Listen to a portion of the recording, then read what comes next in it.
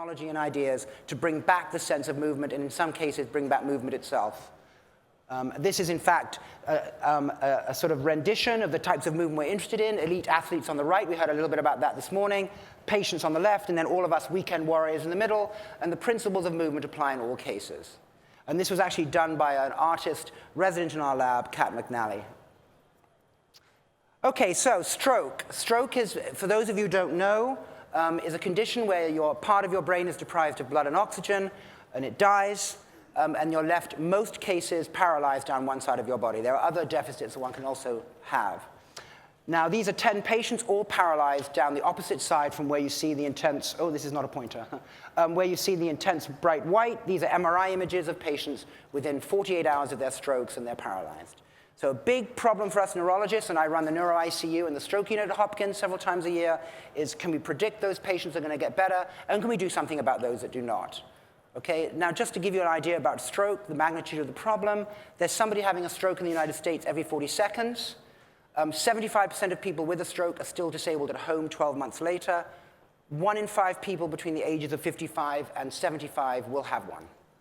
And the reason why it's such a huge problem is that there are no treatments for the disability that results from stroke. Okay, there are clot busters, that's very exciting, we give them all the time, but you should be aware that at the current time there is no treatment in the world to reverse the deficit that you have after stroke. You just get taught how to cope. So the challenge is huge, all right, and that's what we're trying to address. This is what happens, he's got a clicker as well. So this is what happens when you're a patient after stroke. You spend 2 weeks to 3 weeks in the hospital, and unfortunately you spend 60% of the time completely alone in your hospital room, and you spend 85% of the time immobile. This is during your acute rehab stay. So alone and immobile in precisely the period where most of your recovery could actually happen, as you'll see in a minute. This is just a quick slide to show you that there are mathematical relationships that can predict how much recovery you'll undergo yourself without rehab, and it's called proportional recovery, and it's just a mathematical relation. You don't have to worry about it, but it's just a good sign that there's some systematic biological process going on in the brain that's trying to do some of the repair itself, and our job, all of us, have to find a way to piggyback on this endogenous, predictable process going on in the brain. And basically the idea is you get about 70% of your maximal potential recovery back after your stroke in the first 3 months, with the exception of patients with severe paralysis, where half of those don't recover at all. And they're one of our major challenges. These are just functional images showing that there is actual imaging structure that goes along with that mathematical rule that also tells us the brain has something that we need to piggyback on top of. One of the things that we did that we completed in December of 2015 was a 4-year study of the biology of recovery of the brain after stroke that obeys that rule, that shows that imaging pattern, to try and get some insight into how we could, as I said before, piggyback on this biological repair process. And we did a lot of work. I'm not going to tell you much about it, just to say that we followed patients painstakingly over a year after stroke, from the first 2 weeks till the end of the year. And we threw the kitchen sink at them scientifically: brain imaging, structural imaging, brain stimulation, like you heard about this morning, plus behavioral work. And all I'm going to show you is one little piece for the arm and hand, because what we're trying to do with Carter and Max and Haley is to come up with new technologies that will actually repair the hand and arm. Down the line, we'll look at other parts of the body, but right now I'm just going to focus on the arm and hand. There are ways to actually motion capture the patients to see a better quantitative movement so that we can actually turn it into numbers. And this is one way we do it. Basically, patients sit at like an air hockey table. They have no friction. The gravity is removed. And we can look at the quality of their reaching movements to really get a good sense of how much their brain has been repaired. But there's no way to make nice straight movements like that in the absence of actual repair. You can't compensate your way in this type of task because it's compensation proof. All right? So it's just testing the quality of your movements. Everyone in this room, if you sat down at that table and tried this, you'd make nice, clean movements like this. All right? But if you have a stroke, even if we remove most of your weakness, your control is awry. You cannot make straight movements. You cannot make accurate movements. You show high variability. And so what we all want to do, if we're really just if we're really repairing the brain and not just having you compensate, is to make you move from the right over to the left. If we could use this assay and we could make you make straight, accurate movements like that, we would know that we had successfully repaired you. All right? So this is another example of motion capture and technology to quantify the neurological exam. And basically, if you take those types of trajectories and you mathematicalize them, it doesn't matter how we do that, and you basically track the quality of your movements on that apparatus across time after stroke, you see that you see a nice improvement in the first 4 weeks, and then you stop improving. And it's not the sensitivity of the task, because in fact, if you look at the dotted line down the bottom, that's the other unaffected side. So there's plenty of room for improvement, but you just don't. So what am I saying? In that room where you are alone 60% of the time, unmoving 85% of the time, you're actually losing your ability to recover very, very fast. The clock is ticking. All right? And at the current time, nothing is done to exploit this little period of time where most of your recovery happens spontaneously, and then you stop. All right? So that's the challenge. Now let's look at the hand. You can do a similar thing. You can develop a quantifiable test of how well you can move your fingers individually of each other. If all of you try to take your ring finger and move it up on its own, you'll find that it's very difficult to do so without moving all your other fingers. Now amplify that 10 times, and that's a stroke. You simply cannot move your fingers individually. So if you come up with an apparatus that allows you to capture that ability to individuate, you can also track that across time. So you can consider that the analogy to the arm movements that I showed you before.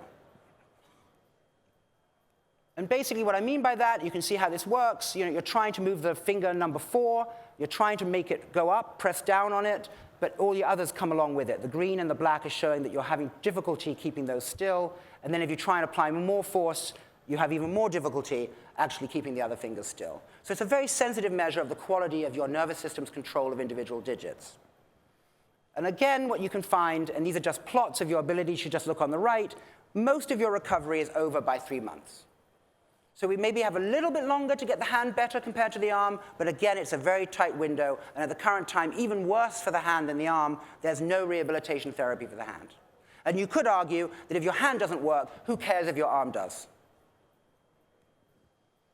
Now I'll just simply show you something kind of shocking, that you can actually study mouse models of reaching, which are analogous in terms of the prehension ability to humans.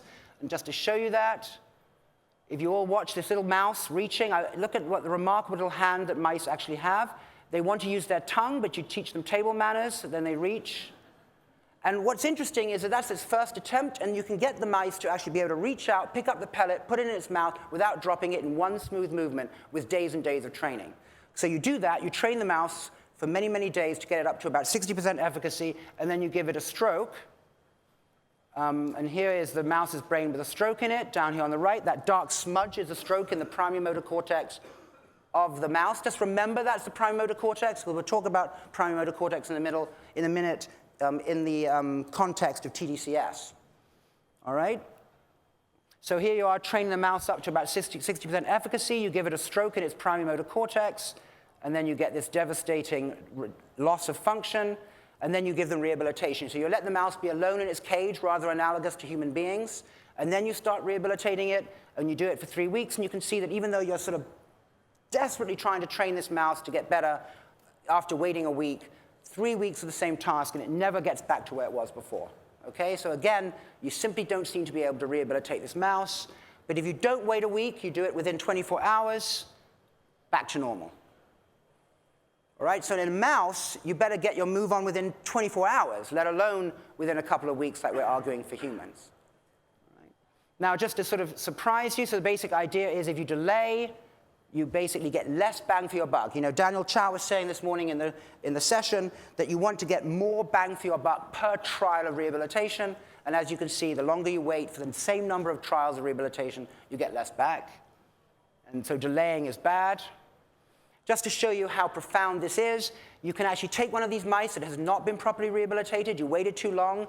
There you see again it failing to rehabilitate. And then the way you treat it, if it's true there's something special about what the stroke does, is you paradoxically treat the animal with another stroke. So we give the mouse another stroke, it gets worse, and then back to normal. So this is profound, that you actually treat a stroke that you haven't recovered from by having another stroke. Now, obviously, that's not something that we do at Johns Hopkins, but it does prove that there's something special about the plasticity environment after a stroke that is particularly conducive to training, and we need to find a way to actually exploit this window. Okay, what I'm saying is you don't exploit it. It's ticking away. Here it is, and we don't do anything for it.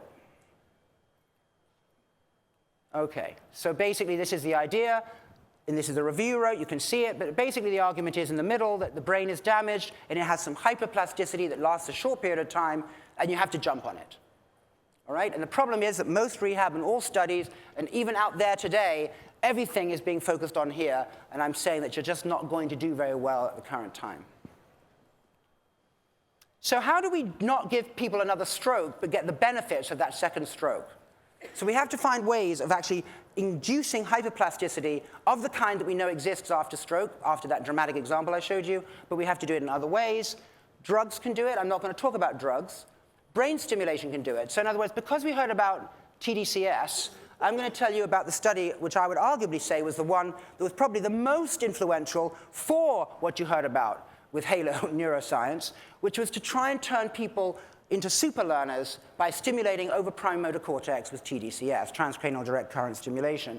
So basically there was a task. It's quite difficult. It involves the hand, and it's very important for you to see that there's continuity in what I'm saying, is we believe that fine control of the hand is under the influence of primary motor cortex.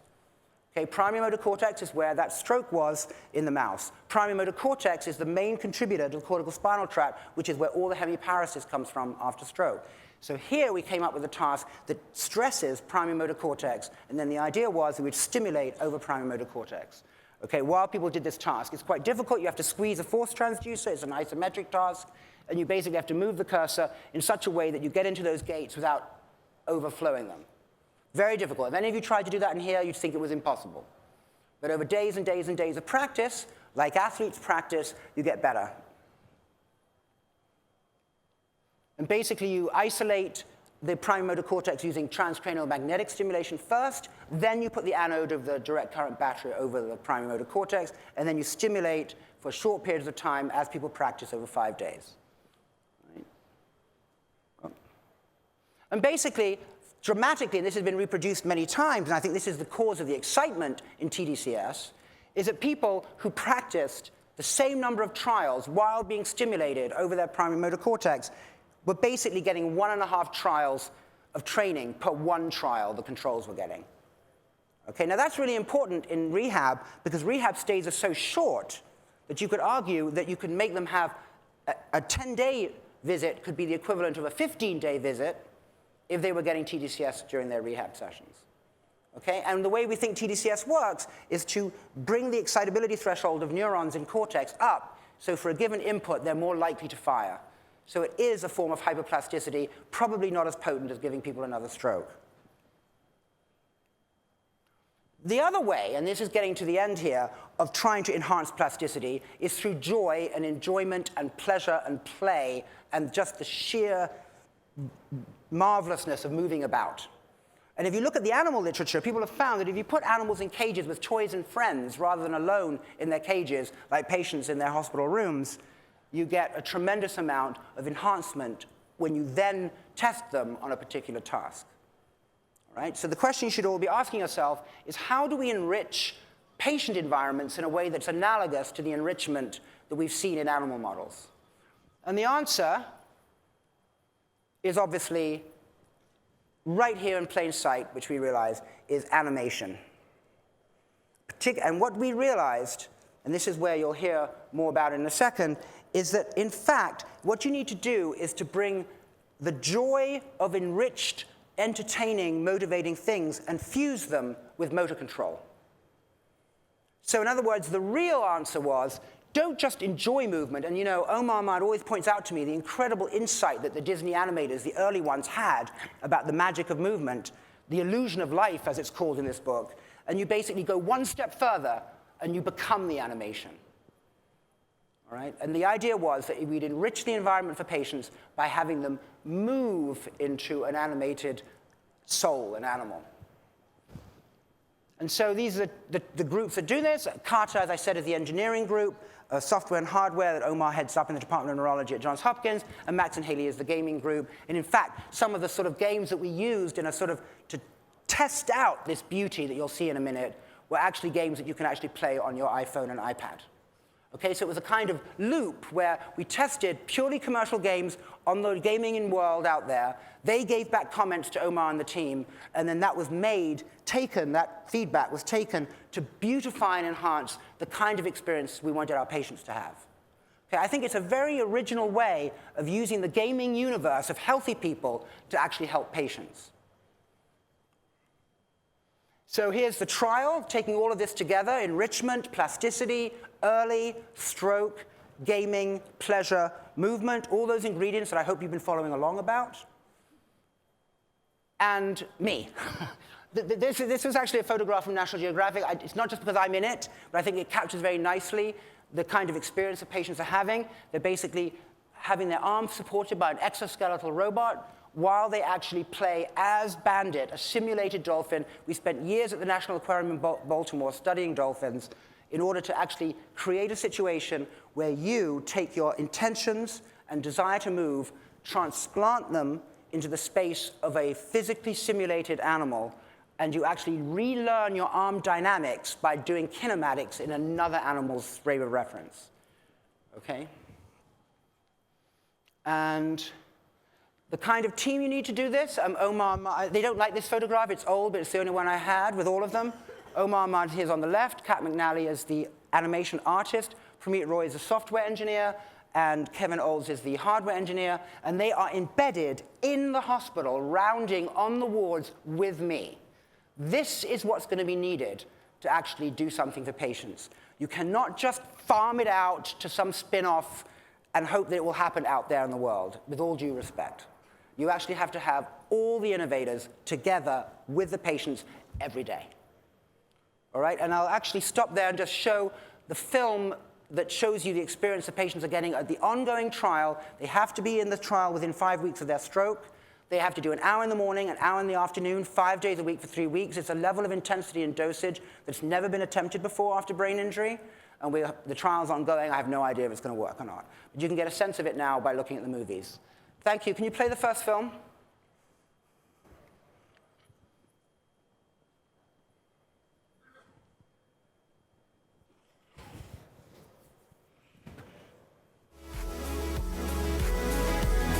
That's not our sound. Can we turn the volume up, please, and go back to the beginning?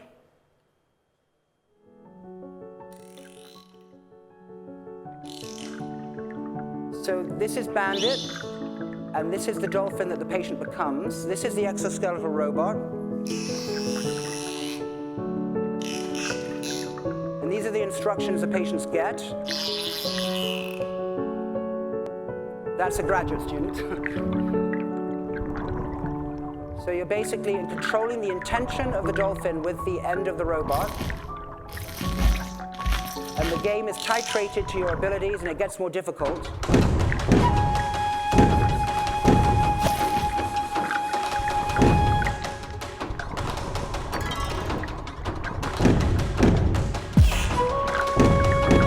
The patients don't mind being eaten sometimes.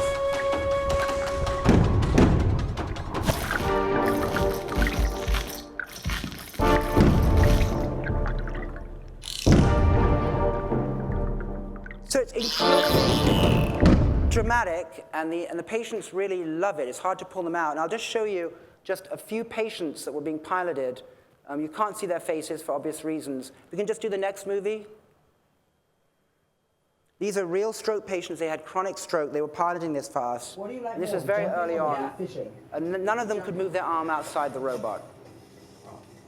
This is sort of very early. You could also be a killer whale. Really, look at you. You're getting the smarter ones.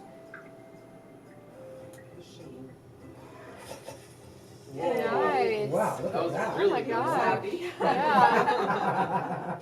That was good. Yeah. We were very excited, as you can tell, when we were piloting. You still finding it fun? Yes, I'm enjoying this. I'm really, I'm looking forward to coming down here doing this. I've been talking to my family about how much fun I had the last time I was here. We can stop there, actually. You've We just can been stop doing it. that. You've been here at least All right, so basically, I hope you can see how various forms of technology, neuroscience, and clinical work can fuse with the right team to actually try and do something brand new. Now, of course, the proof will be in the pudding whether this is right, but I have to tell you that all the arrows of evidence are suggesting that this should have been tried a while back. And I don't think it would have been possible with this level of animation and engineering to make the patients want to spend that much time in a new kind of therapy. Thanks very much.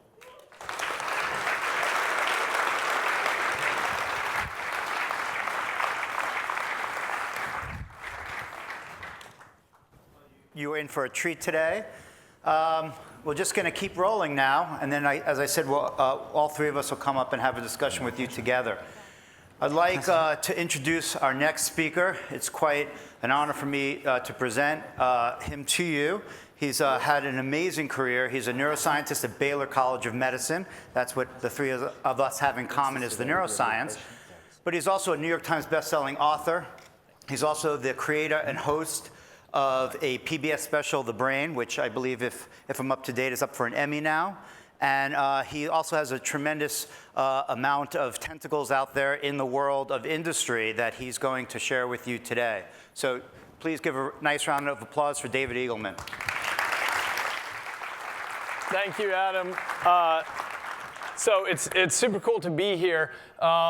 What I want to tell you guys about today is, so I'm a neuroscientist, as Adam said, but I've been very interested in how we can take things out of the lab and turn them into something that actually helps people. So I want to do that today through the lens of two companies that I've started. One is called BrainCheck, one is called Neosensory, and I think what I can do is illustrate a little bit what the challenges and opportunities are in neuroscience. So I'm going to start with BrainCheck. So here's the thing. This is essentially the most complicated device that we found in the universe, and many of you know it contains like 100 billion neurons and 1,000 trillion connections.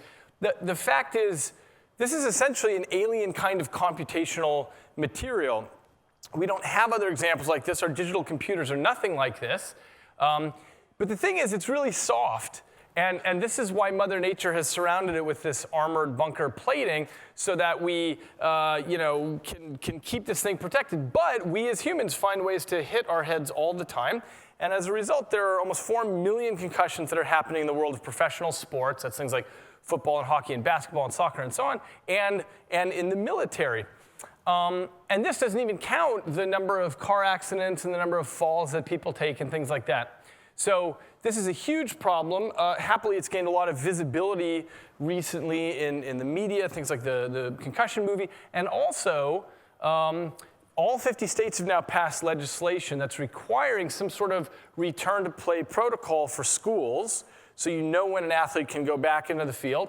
And Congress passes for the military as well, so that this has become the signature injury of so many of our wars. And now we have mandates to deal with concussion. So here's what we did in my lab is we took established tests that are used by neuropsychologists and neurologists, and we turned them into mobile interactive games. Why? It's because what happens in concussion actually has its effects in this world of reaction time and memory and spatial orientation and all of these issues that we can measure quite rapidly with games on a tablet. And so that's how we know when somebody has had a concussion. So the advantage of this sort of approach is that these games can be state of the science, by which I mean we can take all the neurocognitive tests that are in the literature and transport those over to tablets.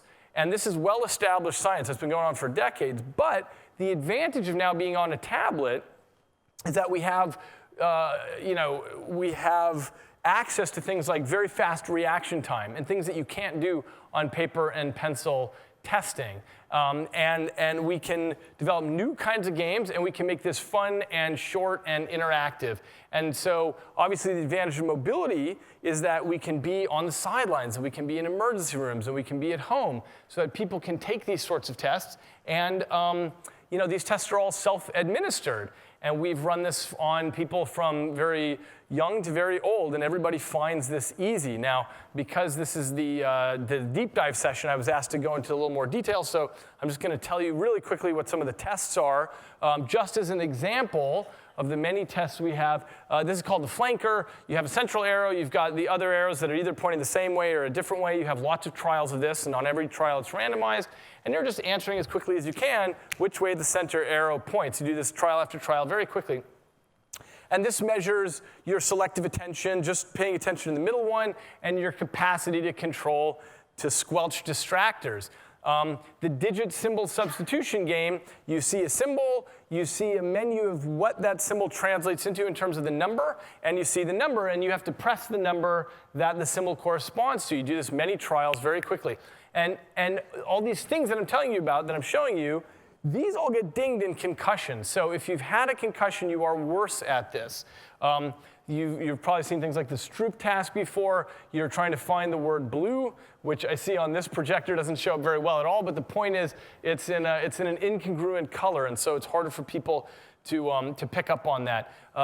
Some of you may be familiar with the trail making task, where you're, in this case, choosing 1 and then A and then 2 and then B and then 3 and then C and so on. And you do this as quickly as you can, and this measures things like visual attention and your ability to switch tasks because you're going from letters to numbers. And then this is, you guys remember the Simon game where you have do. So you have to memorize the task, this test for working memory. We have lots of games like this, including things to test for balance and coordination where you're holding the iPad up in front of you, things like this. And what this tells us is that because these games are all fast and easy, and what they're measuring are the things that are under the hood when somebody gets concussed, what this gives us is a very clear, quick picture of when somebody needs to come off the field, when somebody's really hurt themselves. So we can measure this in just a few minutes, and we can provide results on the spot, and we can provide the change from somebody's norm by looking at all these different cognitive domains and where they've changed and what matters. So this helps us with communication with critical care. This provides the sideline test for being able to do this. And so we're in a lot of schools now, which is it's very great for me as a neuroscientist to see this stuff go out of the lab and become actually used by people. We're in schools and also private sporting clubs. We're also used in hospitals as a first-line tool in the ER that can reduce costs and improve outcomes. And we're in concussion clinics, which provides a useful intermediate between the sidelines and the neurologist. So there's been a lot of media attention around the concussion issue, and what this, and our solution fits into this very nicely. And as I said, the cool part for me is about getting this out into the real world. Now, concussion is just the beginning because we've got this concussion app, but what we also have is a version of the app for dementia, for mild cognitive impairment in particular. So we can take tests on people using slightly different tests that we can swap in and out that tell when somebody is going over the edge and they're changing in their cognition. We also use this for fitness for duty, being able to tell when somebody is fit for duty. We have slightly different versions of this, and just general quantified health. So for people who are interested in how does it change things when I stay up all night or go out binge drinking or whatever, how does that affect my cognition, we're able to test this sort of thing. So we're in senior homes now and memory clinics, and we've just started with this fitness for duty with the military and with heavy industry. And the idea is to better understand the science by using big data. So for example, we can use these scores now that people get here to tell something about risk profiles, who's more at risk, and tell something about prognosis. So for example, this student might recover in a few days, whereas this other student might recover from concussion over a much longer time. And that's the kind of thing that we can start teasing out with the scores that we have so that we can let their school know that. And this is essentially our play to advance cognitive science because in my experience in the laboratory, I test people one at a time. And so it's a completely different ballgame now to have tens of thousands or millions of data points that we can start working with to really do the science in a different way. And so we have 4 people here from BrainCheck, so I encourage you to take a demo later, anyone who's interested in that. I'm going to quickly switch over to this other company that I have, Neosensory, which is a completely different ballgame, actually. And this is, again, something I've spun out of my lab. And this has to do with the intersection between big data and the brain. And so for that, I just want to start at the beginning there, which is that the way we perceive the world, we don't actually have very good ability to understand what's going on at very small scales, and we also don't have a very good ability to understand what's going on at very large scales because our brains simply didn't evolve to work at those scales. Instead, we're trapped on this very thin slice of perception in the middle where we can understand things going on. But the surprise, I think, is that even at this scale, we're actually not very good at seeing most of what's happening. So let me give you an example of that. This is the colors of our world, and this is electromagnetic radiation, and it bounces off objects and hits our retina, and we see things. But in fact, we're only seeing about 1/10 trillionth of the electromagnetic spectrum. So all the rest of this is passing through our bodies, and we can't even see it. So radio waves and X-rays and gamma rays and microwaves and cosmic rays, all that stuff's passing right through you. Why? Because you don't have the proper biological receptors to pick up on it. So thousands of cell phone conversations are passing through your body right now, and it's completely invisible to us. Now, the thing is, these aren't inherently unseeable. You have other animals that pick up on these parts of the spectrum. So for example, snakes pick up on the infrared part of the spectrum, and honeybees pick up on ultraviolet. They include these in their version of reality because they have slightly different receptors. And of course, we build machines in our cars' dashboard to pick up on the radio wave, and we build machines in hospitals to pick up on the X-rays and so on. It's just that you don't come with the proper biological receptors to pick up on this. And so what this means, I think, is something that's a little counterintuitive, which is that our notion of reality is constrained by our biology. And this goes against the notion that against the intuition that our eyes and our ears and our nose and our fingertips and all that stuff are just picking up on the objective reality out there, because the fact is we're only picking up a little bit of it. Now, when you look across the animal kingdom, you find that different animals have different slices of reality that they live in. So in the world of the blind and deaf tick, the important signals for it are body temperature and butyric acid. And in the world of the electric ghost knifefish, its world is lavishly colored with electrical fields. And for the blind bat that's flying around, its world is constructed out of air compression waves that bounce back from things. And that's the slice of their ecosystem that they pick up on. Now, we have a word for this in science. It's called the Umwelt, which is the German word for the surrounding world. And presumably, each animal picking up on its little Umwelt assumes that to be the entire objective reality out there, because why would you ever stop to think that there's something beyond what we can sense? So let's do a quick consciousness raiser on this. Imagine that you are a bloodhound dog. Your whole world is about smelling, so you've got this very large snout with 200 million scent receptors in it. You take these huge nosefuls of air. You've got slits on the side of your nostrils to pick up on even more air. You've got even ears that flop around to kick up the scent and so on. Everything for you is about smelling. So one day, you stop in your tracks with a revelation. You look at your human master, and you think, what is it like to have the pitiful, impoverished little nose of a human? What would it be like to not be able to smell that there's a cat 100 yards away, or that your neighbor was on this very spot 6 hours ago?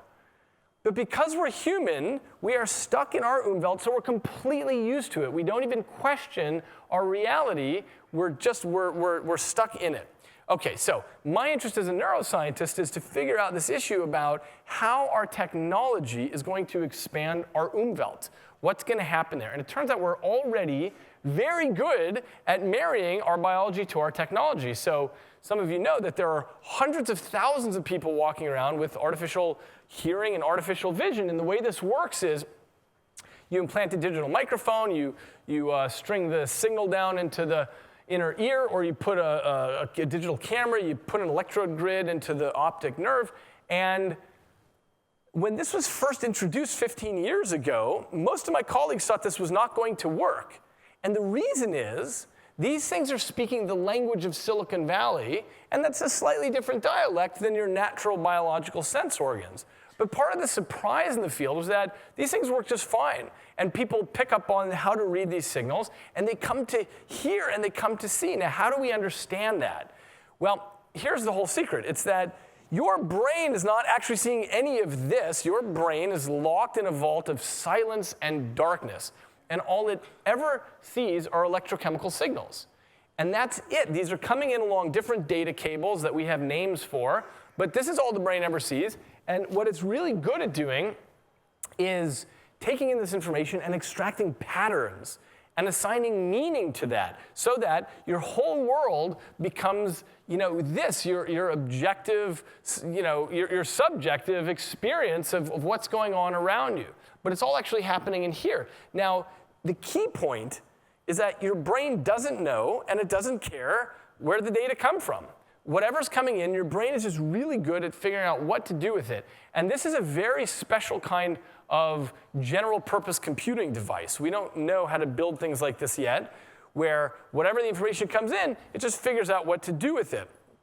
And what I think that has meant is it has freed up Mother Nature to tinker with different kinds of input channels, because the principles of the brain, whatever those sophisticated principles are that we're still trying to figure out, those were already established, those already became established, and then Mother Nature got to just do genetic tweaking of the peripheral devices. So what I call this is the pH model of evolution. I don't want to get too technical here, but that stands for potato head, and I use this name to emphasize that all of these peripheral receptors that we know and we love, like our eyes and our ears and our nose and our fingertips, these are all just plug-and-play devices. You stick them in, and you're good to go. And the brain will just figure out what to do with the data that comes in. And when you look across the animal kingdom, you find lots of different peripheral receptors. So snakes have heat pits to pick up on infrared, and the black ghost knifefish has these electroreceptors. The star-nosed mole has essentially 22 fingers on its nose. It's blind. It runs around and it feels the tunnels, and it constructs a 3D model of the world through this finger nose thing that it has. Lots of insects and birds and cows have magnetite with which they can detect the magnetic field of the Earth and orient to that. These are all just peripheral ways of getting information into the brain. And the key is that Mother Nature doesn't need to redesign the brain every time. All she needs to do is tinker around with these different peripheral receptors. Okay, so I think the lesson that surfaces here is that there's nothing really special or fundamental about the senses that we happen to come to the table with. It's just what we've inherited from a complex road of evolution. But the idea is it's not what we have to stick with. And I think the best proof of principle for that comes from what's known as sensory substitution, which is where you get information to the brain via completely unusual channels. So this might sound speculative, but the first demonstration of this was in the journal Nature in 1969. A scientist named Paul Bacchi-Rita took blind people and he put them in a modified dental chair, and he took a video feed and he would wiggle something in front of that video feed, let's say a coffee cup, and what you would feel that with a little grid of electrodes pressed into your back. So whatever's in front of the camera, you're feeling that in your back. And it turns out that blind people got pretty good at being able to tell what was in front of the camera simply by feeling it. Now, there have been many more modern incarnations of this. One of these is where you take the camera feed, which you now have on little glasses, and you turn that into an auditory stream. So as you're walking around, you're hearing zzz, and at first it sounds like a cacophony, and what happens is blind people get pretty good at navigating the world this way. They start to understand the sounds. There are various versions of this. This one uses an electrotactile grid on the forehead, and whatever the camera is seeing, you feel it poked into your forehead. Why the forehead? Because you're not using it for anything else. And the most modern incarnation is called the brain port. And the idea is that you have this video feed, and you get this image on your tongue. So it kind of feels like pop rocks on your tongue. And blind people can get so good at understanding what they are seeing in the world that they can do things like throw a ball into a basket or navigate a complex obstacle course all by feeling it on their tongue. Now, if it sounds completely insane to think about seeing through your tongue, just remember that all vision ever is electrochemical signals coming in to the darkness of the brain, and it doesn't matter how it gets in there. So one of the interests in this company, Neosensory, that I started was this issue about, could we do sensory substitution for the deaf? And I started this with Scott Novick, who was a graduate student in my lab who recently graduated, and we co-founded this company. So here's the idea. We wanted to make it so that a deaf person could understand what was being said in the outside world, somebody who's completely deaf. And the way we wanted to do this was to make sure that it ran on mobile devices and to have it be something like a wearable device that you could wear under your clothing. So here's the concept. I hope you're able to see this maybe. And if not, it doesn't matter. I'll just describe it to you, which is as I'm speaking, the tablet is picking up on the sound, and that is getting translated into pattern of vibrations on the vest. So my speech is getting turned into a pattern of vibrations. And the thing I want to emphasize is this is not just conceptual. What I have here is the vest, and it's the sonic world. The sonic world is getting picked up by the vest. And so I can feel the world around me. So it turns out this has been something we've been working with for a while, and after just a little bit of time, people can start understanding the language of the vest. So let me give you an example of this. So this is Jonathan. He's 37 years old, born completely deaf, which means there's a part of his Umwelt that has been unavailable to him. So we had him train with the vest for 4 days, 2 hours a day, and here he is on the 5th day. Hopefully this will work. Shoot, the volume's not working. But so Scott just said the word you. So Scott says a word, Jonathan feels it on the vest, and then he... Where?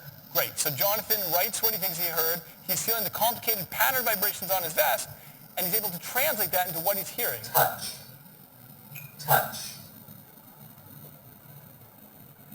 I hope you can see the video quality is not that great, but you can see that Jonathan is understanding what's going on, somebody who's completely deaf just by dint of the vibrations that he's feeling.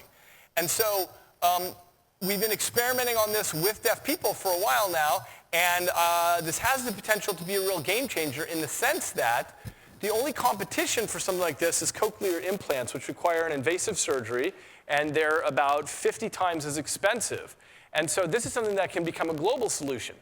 But the thing that I want to emphasize is this other piece that we've been thinking about a lot with this technology, which is that this is an extrasensory transducer, this vest, which can take all sorts of data, including, for example, streaming data from the internet, and can translate that into what somebody is feeling into a direct perceptual experience. So here's one experiment we're doing in the lab. This participant is feeling a real-time streaming data of information on the vest, and he doesn't know what this information is, but then he's presented with 2 buttons, a yellow and a blue, and he makes a choice. And then a second later, or second and a half later, he gets feedback on that choice. And then it happens again. He's feeling it. Now, he doesn't know that what he's actually feeling is a real-time streaming feed from the stock market. And he's making buy and sell decisions. And the feedback that he's getting is telling him whether it's going well or not, whether it was the right thing to do or not. This is a new kind of human experience. This is one which expands the human experience so you're tied into the economic movements of the planet. Now, we're doing a lot of experiments like this. We can scrape the web for any hashtag, and then we can do an automated sentiment analysis, which means are people using positive words or negative words or neutral? And you can feel this. And what this means is this is an extension of the human Umwelt where you're tapped into thousands of people's consciousness all at the same time, which is totally new. And you can know, it's a bigger kind of experience than humans normally have. Imagine you wanted to experience something like weather patterns, so you plug into weather cells from the surrounding 200 miles. And the question that we're asking is, can you become better at predicting weather patterns than the weatherman? Can you actually unconsciously pick up on these signals in such a way that you are having an intuition, you're actually plugged into the weather? And that's the kind of Umwelt that people haven't had before.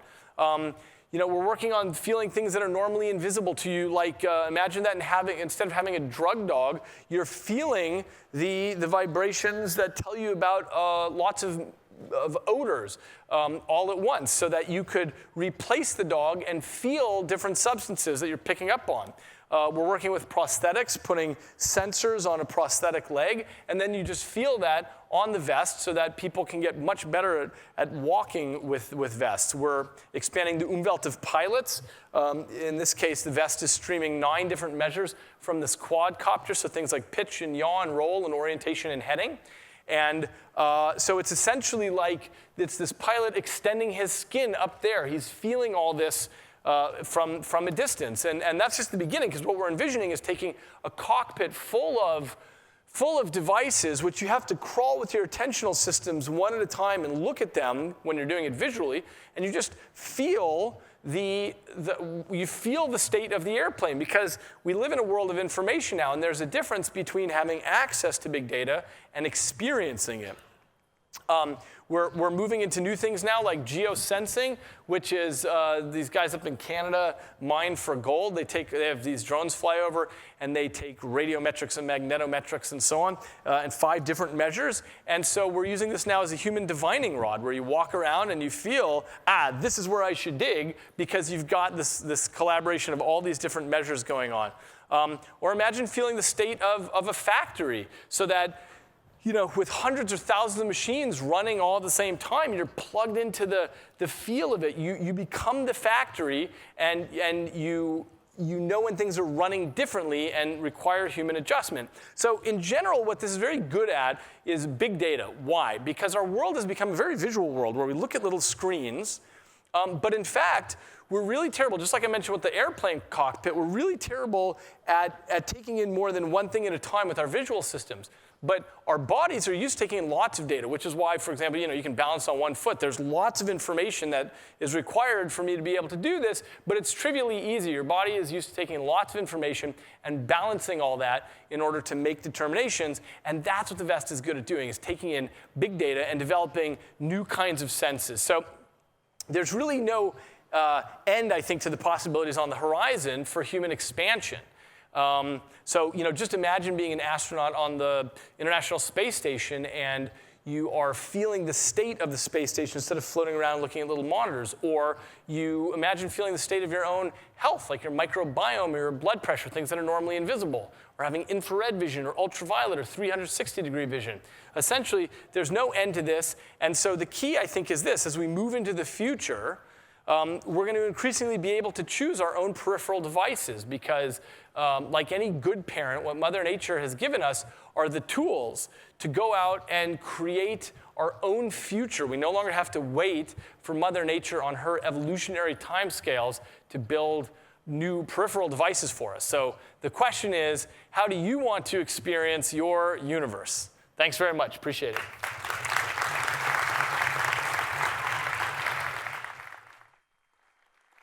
Hey, John. Beautiful. Thank you. Thanks for sharing. Sure. That's great. So we started a little late after lunch, and we want to move on with our next panel, but it's just too good of an opportunity to have these two on stage with me, so I'm just going to pause and ask a couple of questions. Where I wanted to go, and maybe I'll let this one soak in, is how do you bring this together?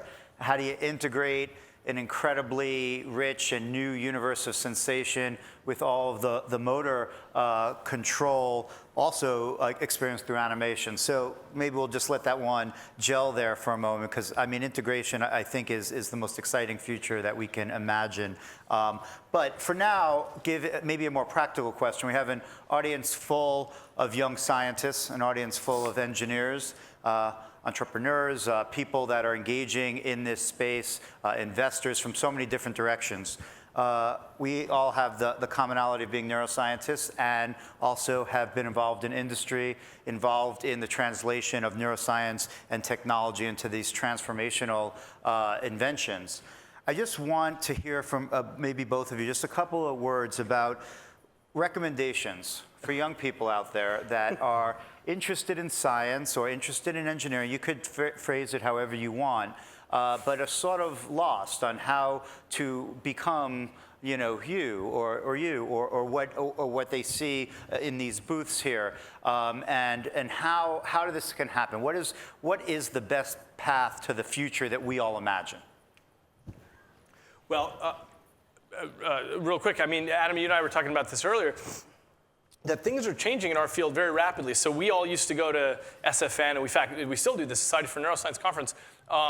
But things are shifting in a way. So there are 3 of us on stage now. We're neuroscientists who are doing this kind of stuff.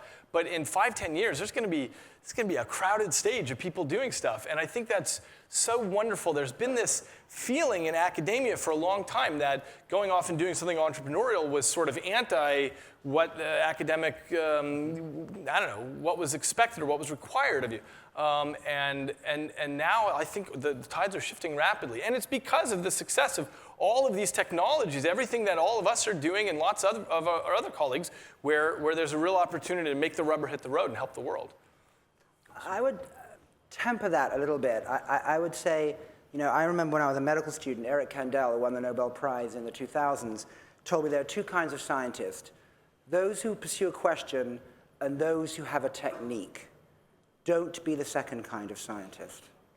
So what I would say is what you don't want to happen is to have the technological tail wag the conceptual dog. It's no surprise, I would say, that the 3 of us up here were neuroscientists. What you heard when it came to the integration idea was an idea first, based on understanding the neuroscience, and then you saw an almost endless list of applications of it.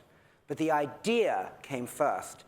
What I don't think is going to happen is that technology is going to get so cool that it will do our thinking for us, and we're not going to actually have the ideas side and the questioning side first. So yes, the technology is great. Yes, the opportunities are just going to exponentially expand. But you've got to have the rigorous ideas first. Okay, and so I would say, do not think that science equals technology. They don't. They're separate things. They're both great, but one cannot substitute for the other. That's what I would actually say. If you want to do this kind of work, you have to be a scientist as well, not just a technologist. So just to close, I think we all agree with all of this, right? And I would say that it's really a brave new world. I mean, I've been watching this meeting evolve for so many years. Zach and I actually combined a conference called S-Cons, which some of you might have been at, where we were just looking for scientists that were brave enough to step up and say how can their view of science and their ideas impact people in a positive way. And then we combined with this because we wanted to really bring in the strong industry presence, which we've done here. Now we have a merger. I mean, there are posters that you should all spend a good amount of time with in addition to all of the technology that you see out here. And the combining of them is the future. And I would say whether you're an engineer or a scientist, this, in my mind, is the time to be fearless. I think that is the stage we're at. It's the time to take that leap. Rigor is key, but it's also about diving in and really, really pursuing a very broad and ambitious future, but one that I'm confident we'll achieve. Anyway, thank you. Thank you.